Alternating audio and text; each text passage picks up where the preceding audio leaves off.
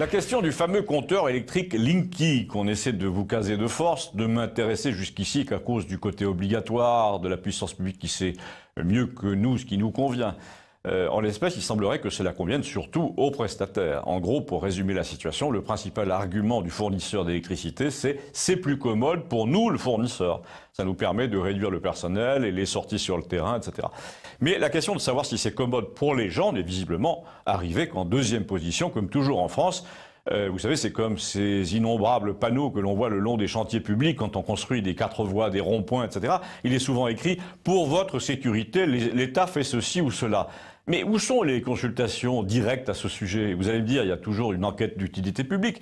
Mais avez-vous jamais vu une enquête publique qui mène à l'annulation d'un projet de ce genre? Non.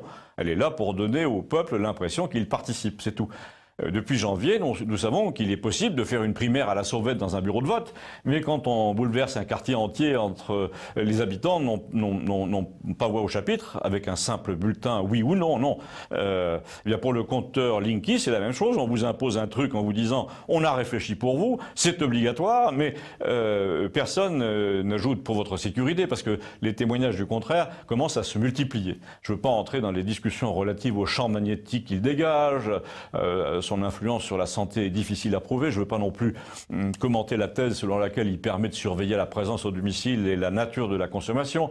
C'est sans doute vrai, mais c'est moins important que le principal. Et le principal, c'est que ce compteur met le feu littéralement aux maisons et aux appartements. Les témoignages affluent, les dates concordent. Maintenant, il est toujours possible qu'il ait été mal posé. C'est d'ailleurs la raison qu'invoque le fournisseur à chaque fois en se dégageant de toute responsabilité.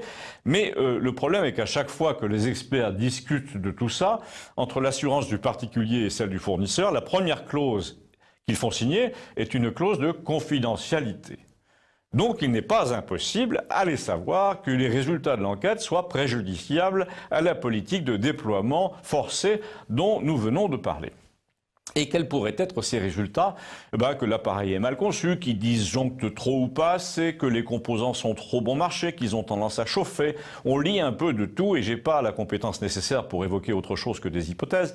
En revanche, l'exercice pour lequel il y a très peu de candidats en ce moment, c'est de vous montrer qu'on vous promène et qu'on vous cache l'essentiel parce qu'il est incorrect d'évoquer certaines raisons au déploiement forcé de ce compteur et la principale de ces raisons est qu'il est inviolable. Oui, la tiers-mondisation de notre pays généralise des pratiques de fraude au compteur dans certains quartiers. On peut réduire sa consommation apparente de 30% en modifiant le serrage d'une vis. Certains compteurs ont une alerte d'ouverture du capot et un détecteur, mais qu'il est normalement impossible de neutraliser pour le particulier. Mais pour un spécialiste, c'est tout à fait possible et ce sport est largement pratiqué dans tous les fameux territoires perdus de la République. Alors une fois de plus, c'est le pays profond, le pays réel qui paye la sécurité encore très expérimentale du compteur Linky, alors qu'il aurait été plus simple, en tout cas plus courageux et plus utile de faire une descente massive chez les auteurs de fraude, mais la grande lessive, visiblement, n'est pas pour demain. C'est comme pour les assurances auto ou le permis de conduire, 1,5 million de conducteurs se dispensent de l'un ou de l'autre, alors ce sont les autres qui payent pour une prime plus élevée et à qui en plus on inflige des radars. Donc finalement, ce compteur Linky, sous couvert de mieux répartir la consommation, est aussi là pour la couper à distance, sans avoir affaire au grand frère dans l'escalier et sans que le contrôleur soit menacé de mort dès l'entrée du parking. Mais ça, personne ne vous le dit. Personne ne vous dit que notre société, dans sa lâcheté, préfère les caméras, les logiciels, les robots, les drones, les radars automatiques aux descentes de police. En tout cas, vous pouvez me dire ce que vous en pensez. Merci.